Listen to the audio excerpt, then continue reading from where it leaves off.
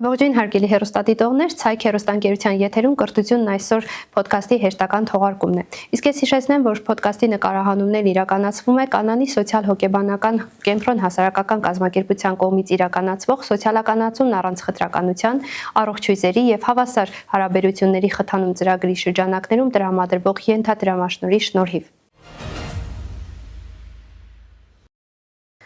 Այժմ տաղավարում կզրուցենք Գյումրու թիվ 1 ավագ դպրոցի տնօրեն Նաիրա Թադևոսյանի հետ։ Բարև ձեզ Տիկին Թադևոսյան, շնորհակալ եմ մեր հրավերն ընդունելու համար։ Բարև ձեզ, ես էլ եմ շնորհակալ, որ կարևորել եք այս հետաքրքիր թեման։ Այսօր մենք, ինչպես գիտեք, արդեն զրուցելու ենք մասնագիտական կողմնորոշման մասին դպրոցներում եւ որպես երկար տարիների մանկավարժական փորձ ունեցող մարդ, ինչ կարող ենք ասել այսօր երիտասարդները, դեռահասները մասնագիտական ինչ կողմնորոշում ունեն եւ արդյոք իրենք արագ են կողմնորոշվում։ Շնորհակալ եմ հարցի համար, բազմաշերտ է հարցը։ Նախ անդրադառնամ մասնագիտական կողմնորոշման հույժ կարևորությանը։ Ավագ դպրոցները երբ որ ձևավորվեցին, ավագ դպրոցների առաջին առաքելությունը հենց մասնագիտական կողմնորոշմանը նպաստելն էր։ Այսինքն սովորողը, որ գալիս է ավագ դպրոց, ավագ դպրոցը պիտի նպաստի, որ նա կարողանա մասնագիտական ընտրությունը ճիշտ կայացնել, որովհետև դա ամբողջ կյանքի համար է եւ նաեւ հետագայում արդեն աշխատանքի որակը ուղիղ պայմանավորված է նրանով, թե արդյոք ճիշտ որոշում էր կայացրել, թե ոչ։ Սա որպես առաքելություն, իսկ կապված արդեն վստահ եմ դուք էլ լսել եք շատ նոր չափորոշիչի հետ, այդ փոփոխությունների հետ, մասնագիտական կողմնորոշումը արդեն որպես առանձին առարկա դպրոցներում ուսուցանվում է եւ պիտի ասեմ, որ եւ շատ հետաքրքիր է, որովհետեւ մոտեցումները, մեթոդները տարբեր են եւ շատ կարեւոր է ու մասնագիտական կողմնորոշում առարկայի դասավանդումը որոշակի որակ փոխել է սովորողների մոտ։ Այսինքն, եթե առաջ ընտրում էին մասնագիտությունը պարզապես, որովհետև, ասենք, իրենց ընտանիքում կամ չգիտեմ Քերթաստանում կա տվյալ մասնագիտությունը կրող մեկը կամ մի քանիսը, իրենք որոշել են, որ պիտի գնան այդ ճանապարհով։ Կամ ծնողների երազանքները այս առումով գուցե կիսատ են մնացել կամ անկատար եւ ամեն ինչ արվում էր, որպեսզի այդ երազանքը իրականություն դառնար իրենց զավակների, իրենց որդիների շնորհիվ։ Կա նաև մեկ այլ գործոն, թե որ մասնագիտությունն է ավելի մոդայիկ համարվում, որովհետև բազմիցս առիթ ունեցել ենք համոզվելու, որ տվյալ մասնագիտությունը ընտրող սովորողը լիովին չի էլ պատկերացնում, թե ապագայում որն է իր առաքելությունը, ինչ է անելու, ինչպես է աշխատելու։ Այս առումով ես կուզեմ մի փոքր այսպես մեր փորձը մասսայականացնել արձակուրդներին, մեր բնագիտական հոսքի աշակերտները մասնագիտական կողմնորոշման պրակտիկա անցնում են Գյումրի բժշկական կենտրոնում։ Առիթից օգտվելով թույլ տվեք շնորհակալությունս հայտնել եւ տնօրենությանը եւ բոլորին, որ գրկապած ընդունում են, այսինքն ապագա բժիշկը ինքը պատկերացնում է, որ իր մասնագիտությունը այդ գեղեցիկ սպիտակ խալաթը հագնելը եւ հեղինակություն վայելելը չէ։ Թաքնված շատ խոչընդոտներ կան ու դժվարություններ, որոնց ինքը պիտի իրազեկ լինի եւ ունեցել ենք դեպքեր, որ արդեն մարդիկ, որ որոշել են իրենք պիտի բժիշկ դառնան, այդ այսպես պրակտիկայից հետո մտածել են, որ չէ, դա այնքան էլ իրենցը չէ։ Այս առումով, այսինքն ուսուցումը, ծանոթացումը ապագա մասնագիտությանը շատ կարևոր է եւ նաեւ հավուր պատշաճի, այսպես պիտի մատուցել խոսքը դրական, այն որ կարևորվել է կրթության կազմակերպիչների կողմից սա եւ դպրոցներում հանգամանորեն դասավանդվում է այս առարկան, ինչը պիտի ասեմ, որ սովորողները բավականին գնահատում եւ սիրում են։ Ինչպես արդեն նշեցիք, Տիկին Թադևոսյան, շատ լավ է, որ նոր չափորոշիչով արդեն իսկ մասնագիտական կողմնորոշումը մտել է դպրոցներ եւ դեռևս 12 թվականից էր մասնագիտական կողմնորոշումը խրախուսվում եւ բավականին բարդ է իրականում կողմնորոշվել ու ընտրել մասնագիտություն, որը քեզ հետ է լինելու քո ամբողջ կյանքի ընթացքում, հատկապես հիմա երբ գիտությունը, կրթությունը աննախադեպ զարգացում է ապրում գիտությունը, այստեղ շատ կարեւոր է որպեսզի ժամանակավրեպ պետք չլինի, նաև սա, բայց նաև մենք ուրիշ խնդիր ենք նկատում, որ մեծ մասամբ դպրոցահասակներին, դեռահասներին նաև կաշկանդում է գենդերային կարծրատիպերով պայմանավորված մասնագիտական ընտրությունը։ Դուք ինչ եք նկատել դպրոցներում, արդյոք այդ կողմնորոշումները կամ ճնշումներ առհասարակ դեռահասների հանդեպ կան, թե չկան, եւ եթե կան, ովքեր են, այսպես ասած, դրանց հեղինակները, միգուցե հենց իրենք դեռահասները, հասակակիցները կամ մանկավարժներ, ծնողներ։ Շնորհակալ եմ հարցի համար, նախ կուզեմ այսպես ամրագրել, որ գենդերային հավասարություն, երբ խոսում ենք, երբ այս մասին բարձրաձայնվում է, սա ոչ թե սեռերի հավասարության կամ նույնականացման մասին է, այլ պարզապես նրանց սոցիալական պատասխանատվության եւ իրավունքների ու պարտականությունների մասին է։ Սա այսպես։ Իհարկե, տարբեր հանգամանքներով պայմանավորված մասնագիտական կողմնորոշման վրա ազդում են նաեւ սեռային տարբերությունները։ Փորձենք խոսել այդ այսպես հանգամանքների մասին ավելի մանրամասն։ Նախ հասարակական ու հասարակության կարծիքը, որովհետև տարբեր մշակույթներ կրող միջավայրում տարբեր կերպ են ընկալվում մասնագիտությունները։ Օրինակ դուք էլ վստահ եմ լսած կլինեք, որ ենթադրենք, դա ինչ աղջիկա մասնագիտություն է կամ տղան էլ այդ մասնագիտությունը ընտրի, այսինքն այս մտայնությունը կա, ուզենք թե չուզենք կա, ճիշտ է, գնալով այս ամեն ինչը նվազում է, բայց բոլոր դեպքերում զգալի է այդ ամենը։ Օրինակ մոտ երբ ես դասավանդում էի ՇՊՀ-ում լրագրության ամբիոնում, մենք ունեինք շատ լավ ուսանողներ, որ կարող էին, ուսանողուհիներ ավելի ճիշտ, որ կարող էին շատ լավ լրագրողներ դառնալ։ Բայց մի քանի ամուսնանալուց հետո հրաժարվեցին աշխատելու մտքից ու երբ հարցնում էի, ասում էին, որ չի թույլատրվում, որ աղջիկն էլ կամ հարսն էլ լրագրող աշխատի, բայց գոնե այս առումով ահագին փոխվել է իրավիճակը եւ այո, տեսնում ենք շատ լավ լրագրողներ, որոնք սեռով պայմանավորված չի եղել, իրենց ընտրությունը ստիպողաբար չի եղել, որ հրաժարվեն իրենց կամ նախորոք ընտրած մասնագիտությունից կամ էլի հիշեցնեմ մեր այսպես սոցիումում տեղ գտած շեշտադրումները, որ հազար ներողություն իհարկե այն ոլորտների ներկայացուցիչներից, որոնց մասին պիտի խոսենք, օրինակ չէր ընդունվում հասարակության կողմից, այսինքն այդ կարծրատիպը շատ դժվարությամբ կոտրվեց, որ տան աղջիկը բեմի վրա ինչ գործ ունի, մոտավորապես այս ձևակերպումով կամ թեկուզ տղաների հետ կապված, ինչով ես վաղը տունդ պահելու,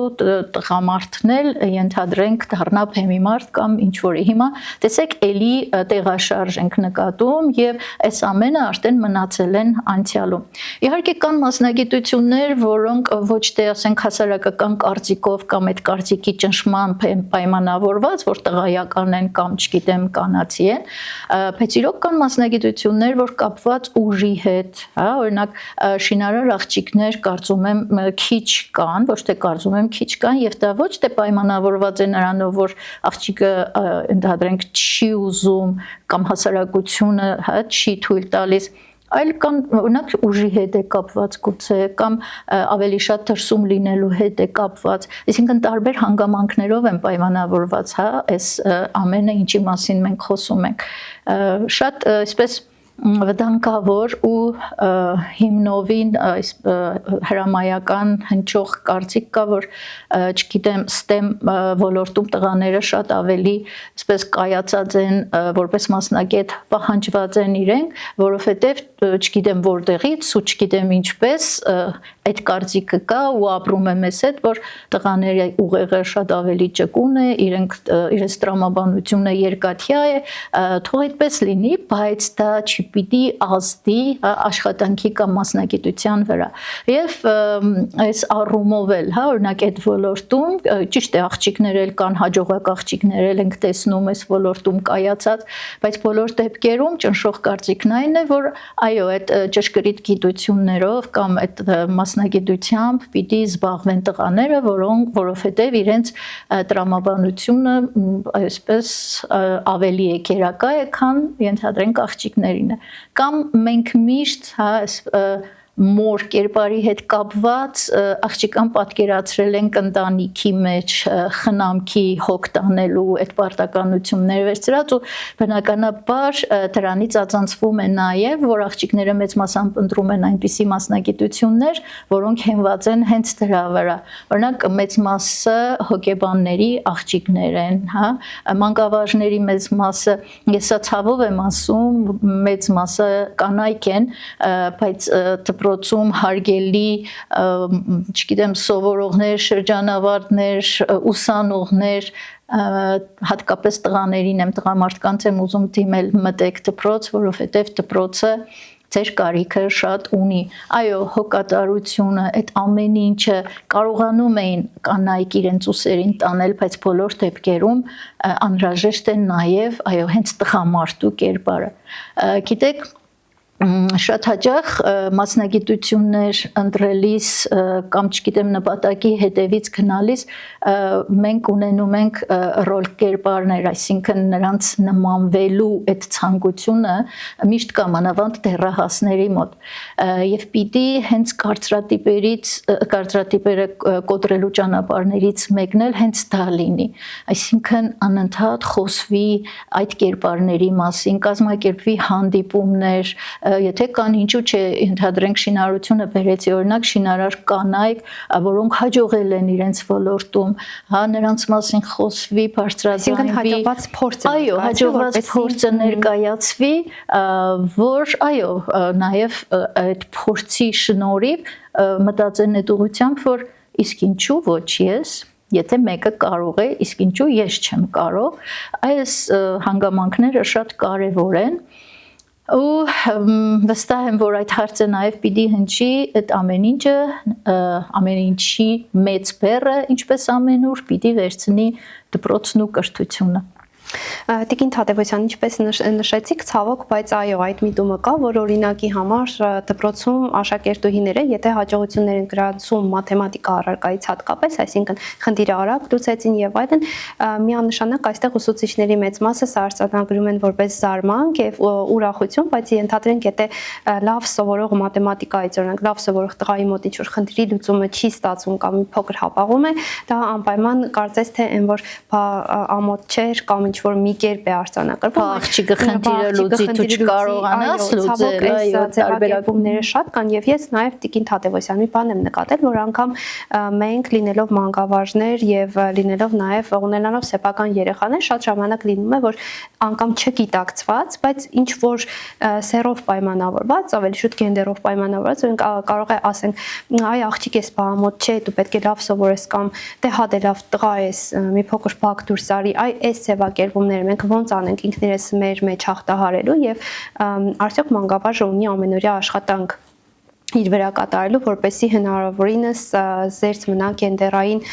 հավասարության կամ անհավասարության հետ պայմանավորված այս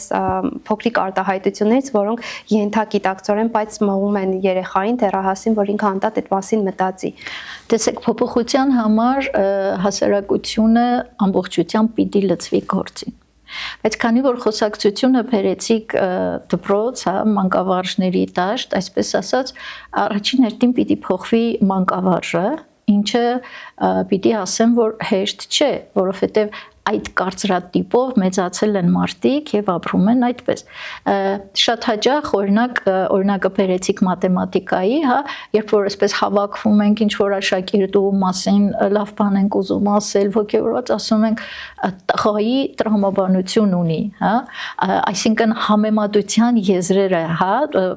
համեմատելին ու համեմատվողը այդ խելքի շուրջ, երբ որ խոսակցություն կա, համեմատվողը կինն է ու համեմատում ենք որ այնքան լավ է տրամաբանում, որ տղայի տրամաբանություն ունի, կամ չգիտեմ, դասասենյակը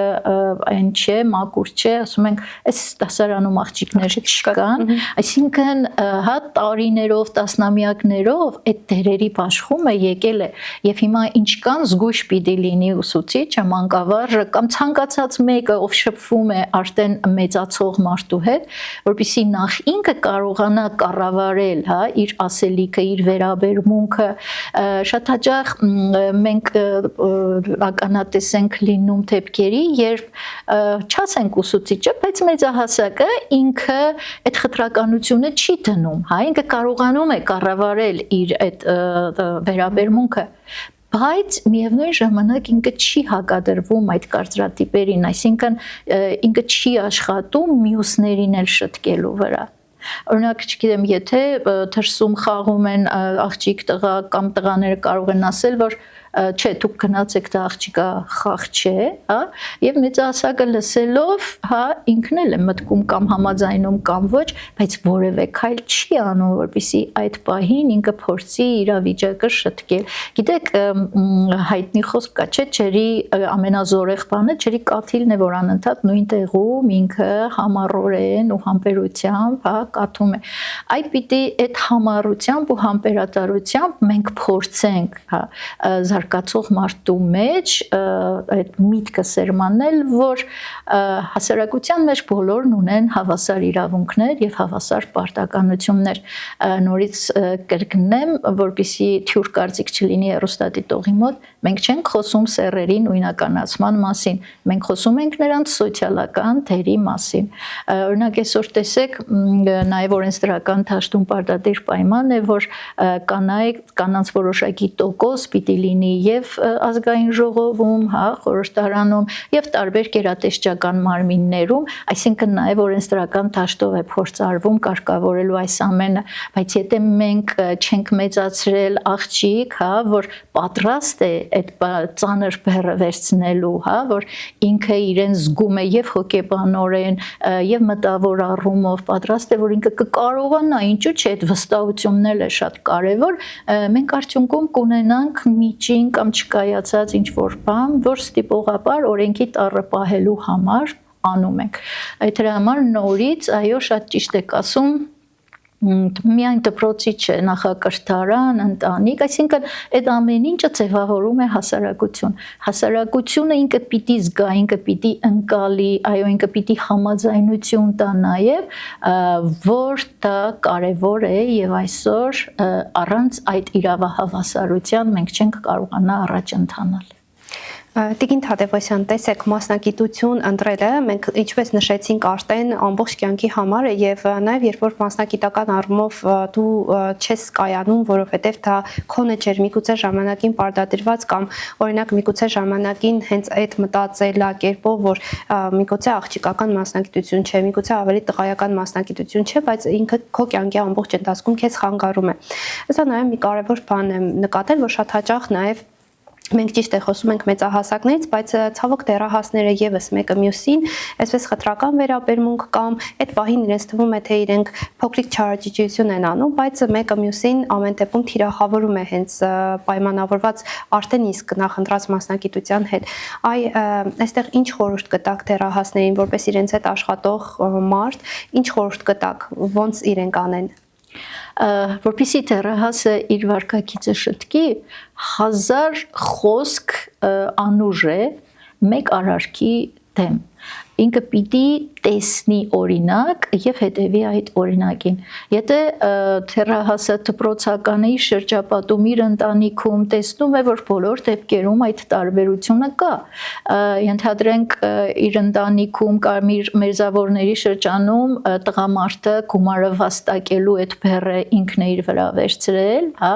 եւ մայրը հոգ է տանում, չգիտեմ, ընտանեկան կենցաղային խնդիրների մասին եւ նրա մտքով չի էլ անցնում, որ կինը կարող է այնքան սովորել, այնքան կիրթ լինել, որ այո, աշխատաշուկայում նա էլ կարողանա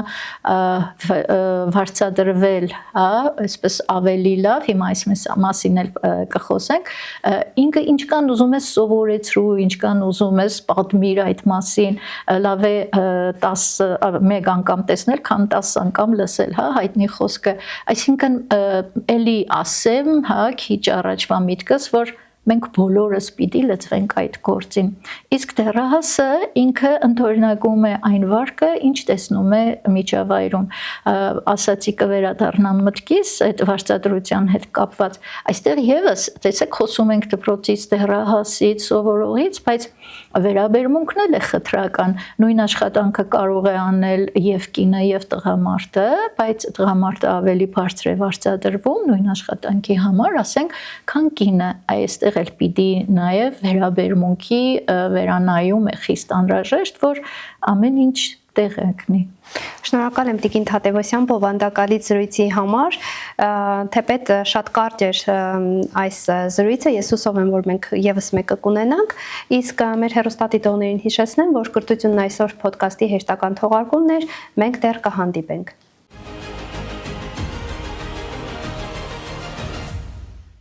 Կրթությունն այսօր ոդկասթը հնարավոր է դարձել իրականացնել Կանանի հասարակական կազմակերպության կողմից սոցիալականացում առանց խտրականության, առողջ հույզերի եւ հավասար հարաբերությունների խթանում ծրագրի շրջանակներում տրամադրված ենթադրամաշնորհի շնորհիվ, որը ֆինանսավորվում է Հայաստանի Հանրապետությունում Նիդերլանդների դեսպանատան կողմից։